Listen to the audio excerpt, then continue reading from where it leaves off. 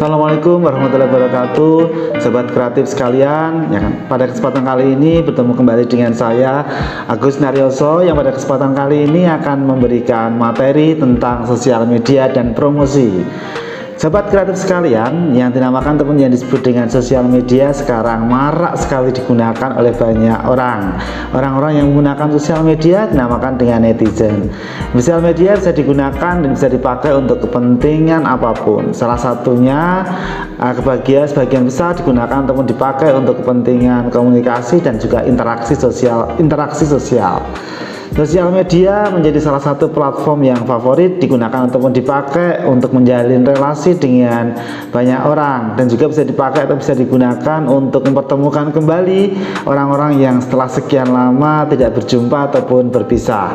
Sosial media bisa digunakan atau bisa dipakai untuk memberikan reportase ataupun laporan, ya hari ini kita melakukan apa, sedang mengerjakan apa, dan juga bisa dipakai atau bisa digunakan untuk kepentingan personal branding. Kadang-kadang yang akan kita menemukan orang yang menggunakan platform sosial media untuk mengabarkan hari ini sedang di mana dan sedang melakukan apa.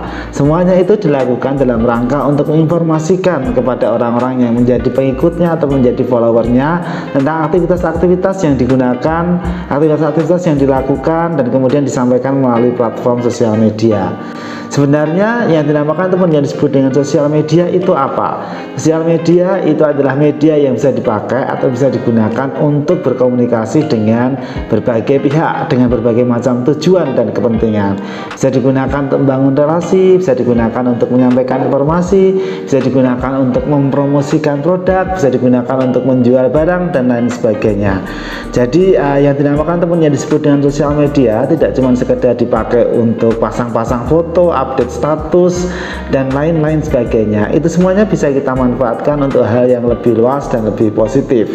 Ya, yang dinamakan ataupun yang disebut dengan sosial media pertama kali kemunculannya ditandai dengan sosial media yang terkenal di era 1990-an yang dinamakan ataupun yang disebut dengan Friendster.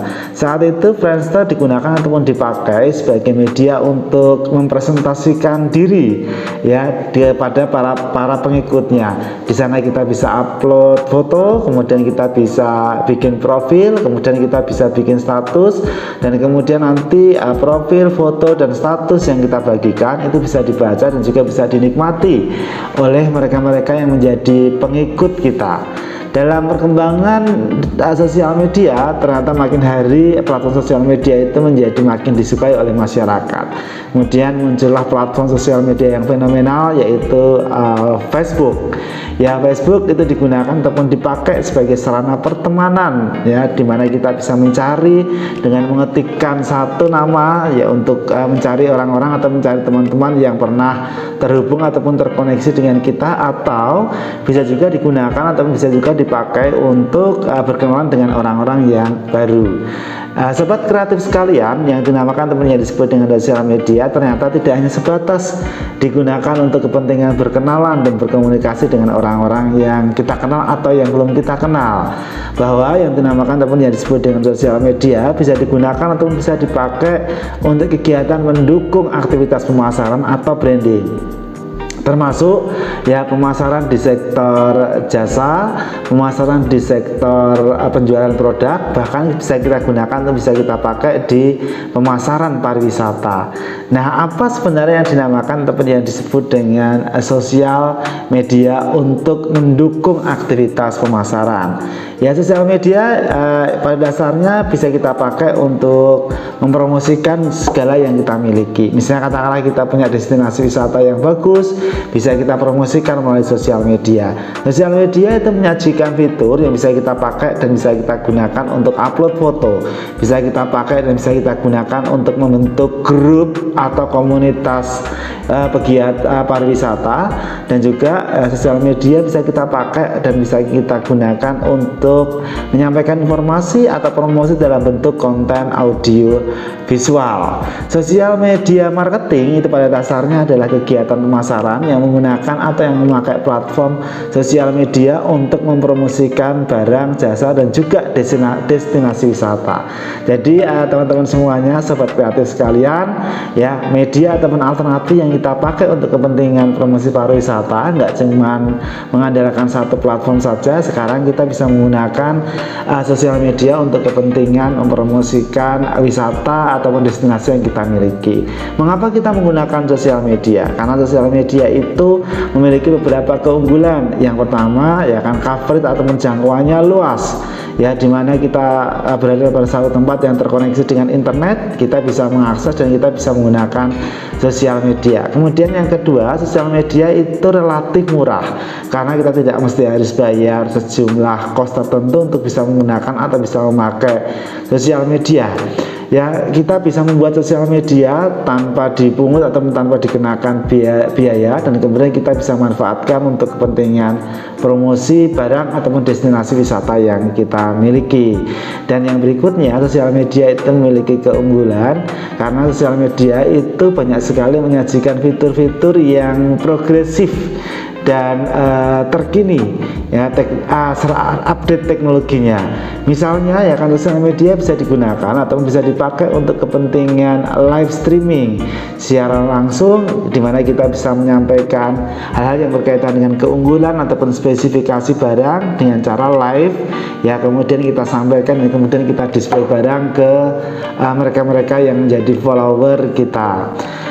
Teman-teman ataupun sobat kreatif sekalian, jenis-jenis sosial media itu beragam, ya, dimulai dari Friendster, kemudian ada Facebook, kemudian ada Twitter, ada LinkedIn, kemudian ada Instagram, ada YouTube, ada Pinterest, dan sosial media yang akhir-akhir ini happening dan paling viral itu adalah sosial media TikTok. Biasanya Facebook digunakan ataupun dipakai, ya kan, untuk kepentingan mengabarkan informasi atau mengupdate foto, mengupdate konten video. Dan Facebook ini disukai di kelompok umur sekitar 25 sampai dengan 60 tahun. Dan biasanya rata-rata mereka yang menyukai Facebook itu adalah mereka-mereka yang tinggal di wilayah-wilayah yang kategorinya pedesaan, yaitu mereka sangat menyenangi Facebook, ya. Atau misalnya katakanlah kita bisa menggunakan Twitter. Biasanya Twitter itu dipakai atau digunakan untuk menyampaikan informasi ataupun pesan kepada kelompok segmen B ke A atau kelompok segmen menengah ke atas. Sebagian besar materi-materi yang disampaikan di Twitter itu adalah materi-materi tentang politik, materi-materi tentang kebijakan publik. Kita bisa mengupdate atau menyampaikan informasi berkaitan dengan dua hal tersebut menggunakan platform Twitter. Dan kita juga bisa menggunakan LinkedIn, di mana ini adalah sosial media yang dipakai atau digunakan untuk menampilkan profil bisnis kita. Misalnya kita ini adalah seorang accounting, misalnya katakanlah kita ini seorang konsultan, kita ini seorang public relation, atau kita ini seorang content creator. Ya, kita bisa menggunakan platform tersebut supaya kita bisa terkoneksi dengan orang-orang yang memiliki skill atau memiliki minat yang sama. Dan LinkedIn ini menjadi salah satu sosial media yang bisa dipakai atau bisa digunakan untuk terhubung ataupun terkoneksi di kelompok-kelompok profesi yang sebidang. Nah, kita juga bisa menggunakan platform sosial media Instagram yang disenangi ataupun yang disukai oleh kelompok segmen anak-anak muda. Ya, Instagram ini menampilkan beberapa fitur yang bisa kita gunakan atau bisa kita pakai, ya, dimana Instagram ini disukai oleh mereka-mereka yang ada di kelompok usia 17 sampai dengan usia 35 tahun. Biasanya, ya kan, Instagram itu digunakan ataupun dipakai untuk menampilkan foto-foto yang diambil dari tempat-tempat yang menarik atau kita kenal dengan istilah Instagramable. Ya, banyak sekali mereka-mereka yang menggunakan Instagram untuk kepentingan personal branding atau jualan. Dan, ya kan, kita bisa menggunakan Instagram untuk kepentingan mempromosikan, ya, destinasi wisata yang kita miliki. Ini salah satu potensi yang bagus. Instagram mengandalkan pada kekuatan audio visual, di mana ada konten-konten digital yang bisa kita upload, kemudian nanti akan menampilkan gambar-gambar yang menarik, dan kemudian nanti akan dilihat oleh orang-orang yang menjadi follower kita.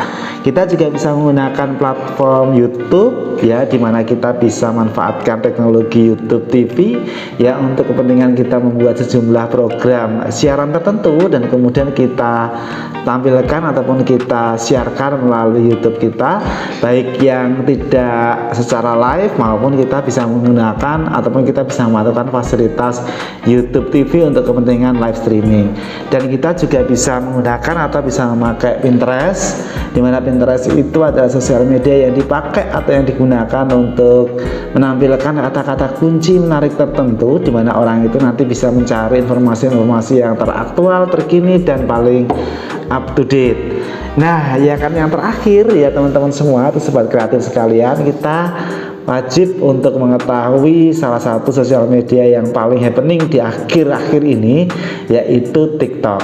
TikTok itu mengandalkan pada kekuatan audio, visual, sound, kemampuan kita melakukan editing, kemudian kita menggunakan efek-efek yang disediakan. TikTok itu selain bisa digunakan untuk kepentingan branding, karena di sana ada fasilitas yang bisa kita pakai untuk menampilkan konten audio visual, TikTok juga menyediakan satu fasilitas yang bisa teman-teman gunakan, yaitu TikTok Shop.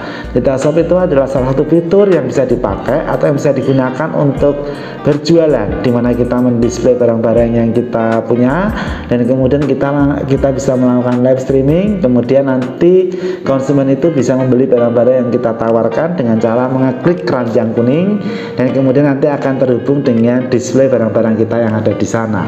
Mereka tinggal membayar melalui metode pembayaran tertentu, kemudian nanti akan mendapatkan virtual account dan kemudian ditransfer, kemudian barang akan langsung dikirim.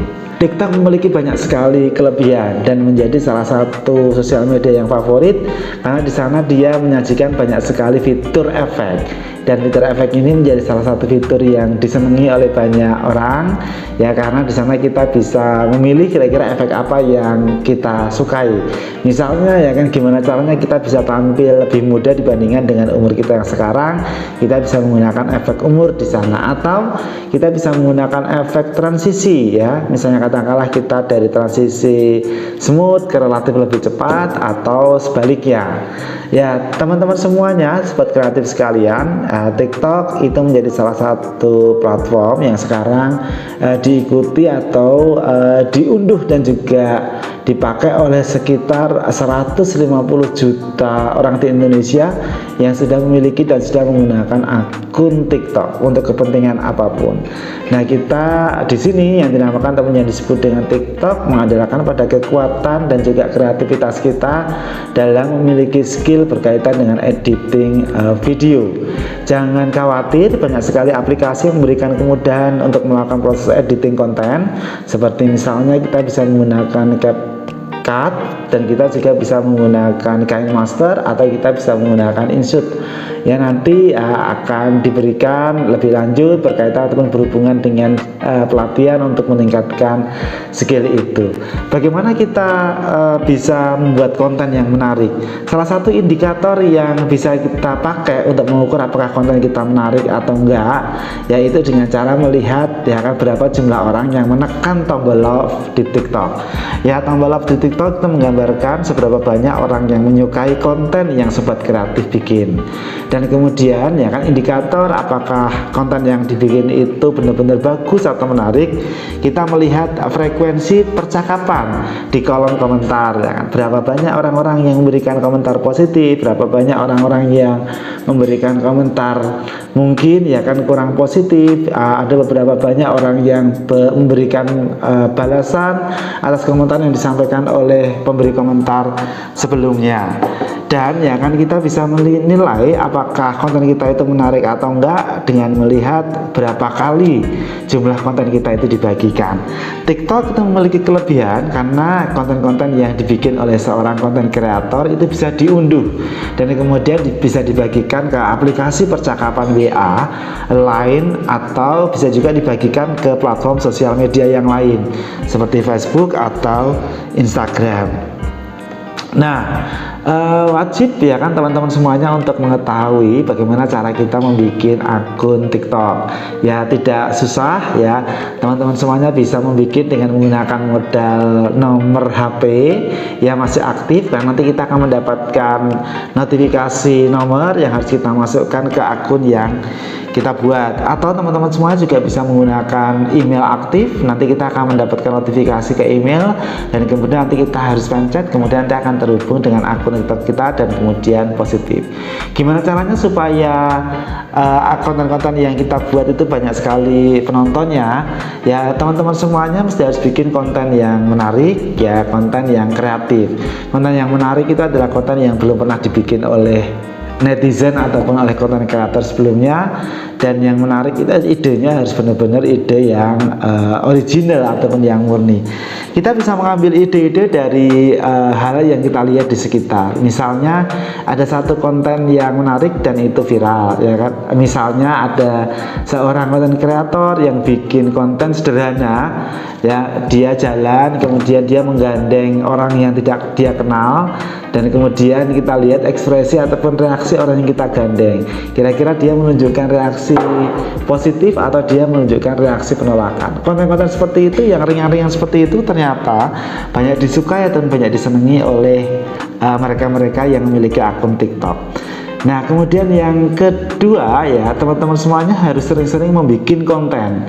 Kalau teman-teman itu sering membuat konten, minimal satu hari itu satu kali ya, maka akun dari sobat kreatif sekalian itu akan dikenal oleh banyak konten kreator yang lain atau dikenal oleh netizen yang lain. Kemudian nanti netizen itu akan follow, dan kemudian nanti dia akan repost ataupun mereka akan menayangkan ataupun memposting ulang. Namanya memposting ulang ya, di akun TikTok itu ada nama kalian di sudut kiri bawah, dan kalau misalnya katakanlah kita tertarik dengan satu konten tertentu, kita diberikan kesempatan untuk melakukan posting ulang konten tersebut. Semakin banyak ya kan orang-orang yang melakukan posting ulang, berarti konten di TikTok yang dibikin oleh teman-teman atau sobat kreatif sekalian itu kategorinya adalah konten yang bagus. Dan kemudian yang ketiga ya kan, jangan lupa untuk mengupload atau untuk memposting konten yang kalian bikin itu di jam-jam prime time ya, orang-orang menonton TikTok. Jam-jam prime time orang-orang menonton TikTok itu pada jam berapa ya, teman-teman bisa mengupload itu di pukul 6 sore atau pukul 18 sampai dengan pukul 21, karena traffic penonton ya, traffic orang-orang yang menggunakan akun tersebut di jam-jam itu relatif tinggi. Atau kalau di hari libur ya, teman-teman bisa mengupload itu di jam 9 pagi sampai dengan jam 12 siang. Dan satu lagi ya kan, tips dan juga trik yang menarik yang bisa teman-teman pakai ketika bikin TikTok konten ya kan, pilihlah musik latar atau latar belakang background musik yang saat ini sedang viral. Misalnya yang saat ini sedang viral itu adalah lagu-lagunya Bunda Korla, salah satu konten kreator yang menggunakan background musik dari salah satu genre musik yang ada di Indonesia, yaitu musik dangdut ya. Dan saat itu dia mengambil salah satu lagu dari salah satu penyanyi zaman dulu, dan kemudian dipakai di latar. Yang nonton itu banyak. Nah, cobalah bikinlah konten yang menggunakan latar belakang musik yang sekarang sedang viral.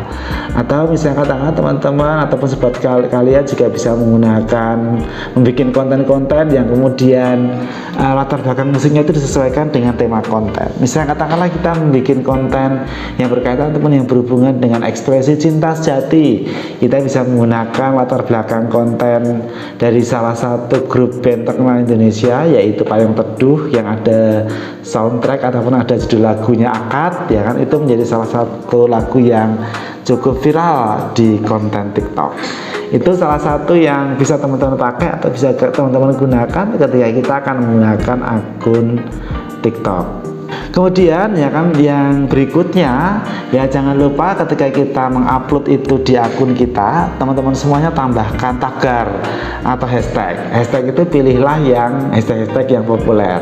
Misalnya ada hashtag FYP, kemudian ada hashtag BCA, ada hashtag Yogyakarta, ada hashtag Indonesia, Bali, itu adalah hashtag yang populer. Gunanya ataupun fungsinya apa? Ya, yang dinamakan ataupun yang disebut dengan hashtag itu fungsinya adalah ya kan supaya ketika orang itu mencari satu konten tertentu, kalau teman-teman semuanya itu sudah menuliskannya di hashtag dan kemudian dia menuliskan kata kunci yang sama, ada kemungkinan besar konten itu akan tertangkap dan kemudian akan dilihat oleh orang-orang yang mencari dengan menggunakan hashtag tertentu. Nah ya teman-teman semuanya, ya mungkin itu adalah tip ataupun trik-trik sederhana ketika kita menggunakan akun TikTok sebagai salah satu media promosi ataupun media publikasi berkaitan dengan konten-konten yang kita akan upload. Ya, jadi teman-teman semuanya ya kan silakan cari tempat-tempat wisata yang menarik dan bikin kontennya, dan kemudian gunakan TikTok sebagai salah satu media untuk kepentingan promosi dan publikasi. Untuk sesi ini ya saya rasa cukup ya. Jika ada pertanyaan yang lebih lanjut berkaitan dengan materi ini, kita akan teruskan pada sesi yang berikutnya. Selamat sore teman-teman dan sobat kreatif sekalian, semoga bermanfaat ya, dan semoga kita akan menjadi konten kreator yang memberikan kontribusi bagi ya kan pembangunan dunia pariwisata dan juga pembangunan Indonesia. Terima kasih. Wassalamualaikum warahmatullahi wabarakatuh.